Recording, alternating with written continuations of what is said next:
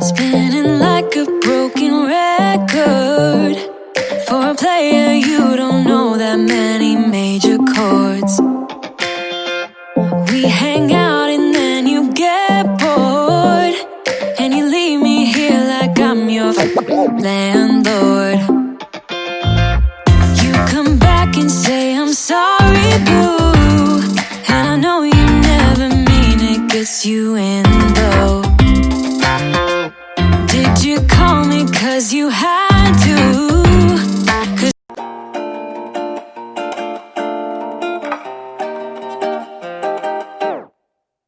Yeah. Okay. Okay. Think it's about time for me to go in. Like I dive deep. Like I'm last week night with the flow here. Johnny boy, my peeps. I'm an infotainment state. My brain ain't contained. Shit keeps spilling out. I'm belligerent insane. My drink don't stay in place. That shit's in my mouth. I'm just two girls, one company. Keep it hipster like succulents. My main bitch be a succubus. Swear I'm better than younger me, but I'm still just as hungry. I could eat the whole country. Contrary to what you see. More than a fat Asian gay man. I'm more like Rayman. Wait, I'm running and running. Don't fuck with my Ray-Bans. Swear I'm stunner, shade stunting. Your bitch come over, she coming. My face be like a couch cushion. Yeah, stick around it and you'll find some real change. I'm so OA. I got Obama behind me. Ladies and gentlemen, you are listening to Life Well Lived by Omobola Stephen. It's an engaging and enlightening talk show on life, relationships, and the business of life. Grab a cup of juice and just chill. Life Well Lived by Omobola Stephen. Live life. Live fully. If you really desire change in your life, you may want to consider bidding goodbye to procrastination. If you aren't already noticed, procrastination is another major roadblock to change. The question is, do you ever put things off? Just about everybody does, to some degree or another. The truth is, you've been procrastinating. That is it. Deferring what needs to be done till a later time or date. If what is on your plate is not important, then why do you defer it? So, my topic for today is how to avoid procrastination. Thank you for hanging around. Now, you can catch up missed episodes on all popular podcast distribution platforms like iTunes, on Google Podcasts, on iTunes, on Spotify, or Podchaser, and so many others. Simply search for Life Well Lived by Omobola Stephen, and there you go, have a worthwhile listening experience.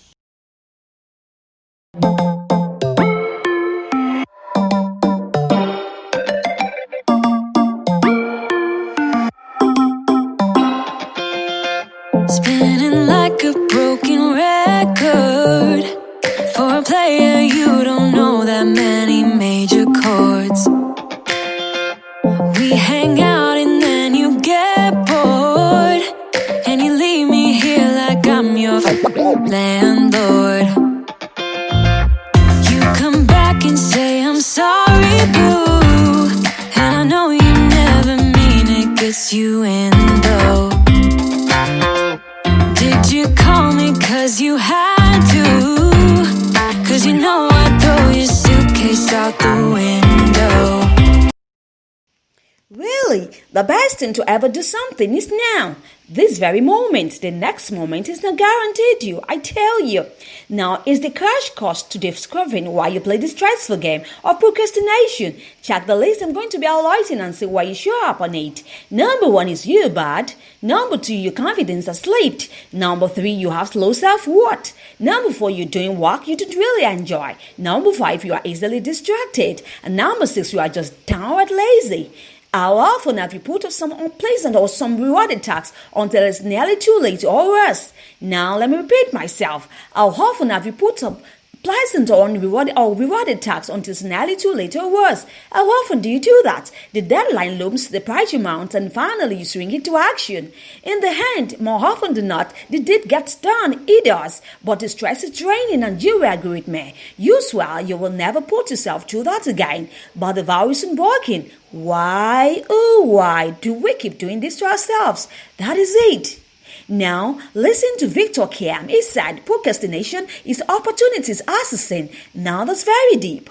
We know that we should act and that failing to do so will bring us grief, and yet we do nothing. Now the thing is, when we procrastinate, it's often about long-term objectives.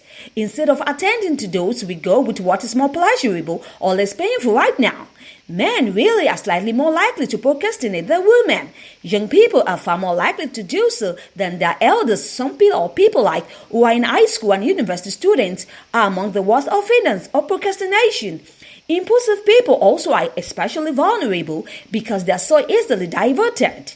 Different people procrastinate about different things or tasks to do. Workaholics, for example, almost always meet their job-related deadlines, but many of them will put off going to a doctor, doing their taxes, or seeking counseling for a troubled marriage. That's the truth. Typically, people feel bad about their inaction. Often, they are struggling against it, much like an addiction. People will say, no matter what I do, I can't seem to stop putting things off. Why did you say that? Now, Abraham Lincoln, he said, things may come to those who want, but only the things left by those who hustle. Now, what do you say to that? So, if procrastination has become an habitual lifestyle for you, what can be done about it? You have things to do. I don't need you here to feel good. No, I'm not angry. I got better things to do. Tell your friends I will be just fine. Don't need no therapist. There's nothing like wine.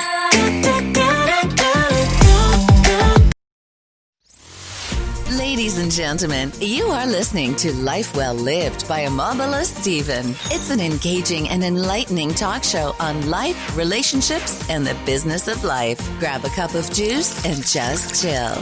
Life Well Lived by Omobola Stephen. Live life. Live fully.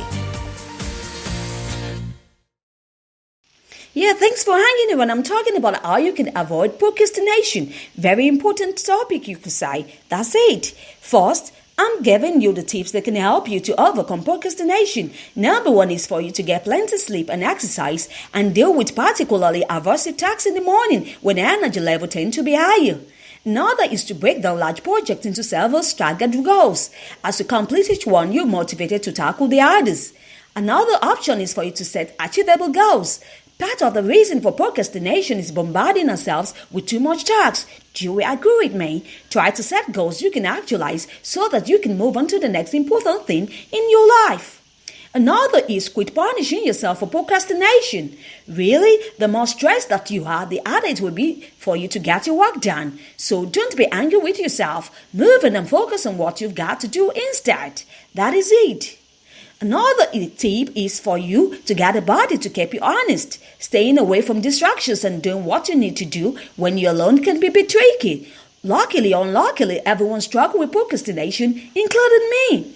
Go ahead and ask a friend or family member if they will be willing to partner up with you to check in on each other's work, habits, and accomplishments. This can really help you a lot. You can play fun outings with your body to reward both of you when you meet your goals. If you keep procrastinating, cancel these events as a little bit of punishment. That is it. But that's the truth. We got to be serious. In addition, personal routines are also good. By establishing a set of steps for doing things automatically, there's less chance for diversion. Plus, go ahead and give yourself a pep talk for motivation. Positive self-talk is a great way to calm yourself down. Get focused and meet your goals. That is it. You can talk to yourself using your name. Tell yourself that you can and will do this. Now that's positive. Something like this. Chris, I know this week has been hard and you're tired. You've written a million essays before and you're going to rock this. Now that's the positive self-talk. Another is you can also ask yourself questions like saying, Chris, why are you nervous about this? You know you can handle it. How do you say to that? That's positive self-talk. Author Pierre Steele offers the example of washing teeth. He said children have to be constantly reminded to wash their teeth, but by adulthood it becomes an ingrained behavior. Now there's balance. So, I'm going to be rounding up with the words of Charles Swindoll. Charles Swindoll said, "The habit of always putting things off an experience until you can afford it." Let me repeat myself. The habit of always putting things off an experience until you can afford it, or until the time is right, or until you know how to do it, is one of the greatest burglars of joy. Be deliberate, but once you've made up your mind, jump in. That is it. And so, as a sign out, do remember that you have all the time now to do what you gotta do. Go ahead and get it done. Life is happening now. I mean now. Take good care of yourself. It's bye for now.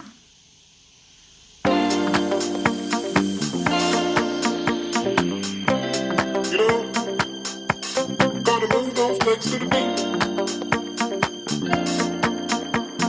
You know the beat gonna set you free, free, free, free,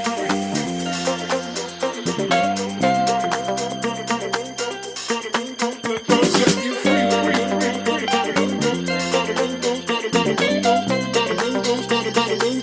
Gotta move those legs to the beat. You know, gotta move those, gotta